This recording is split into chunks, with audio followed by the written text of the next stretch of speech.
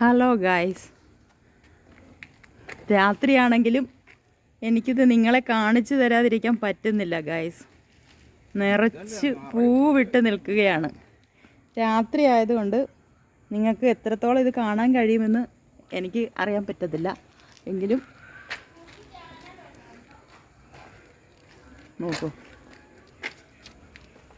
നല്ല ഭംഗിയായിട്ട് നിറച്ച് പൂവിട്ട് നിൽക്കുക. മാഷാ അല്ലാ.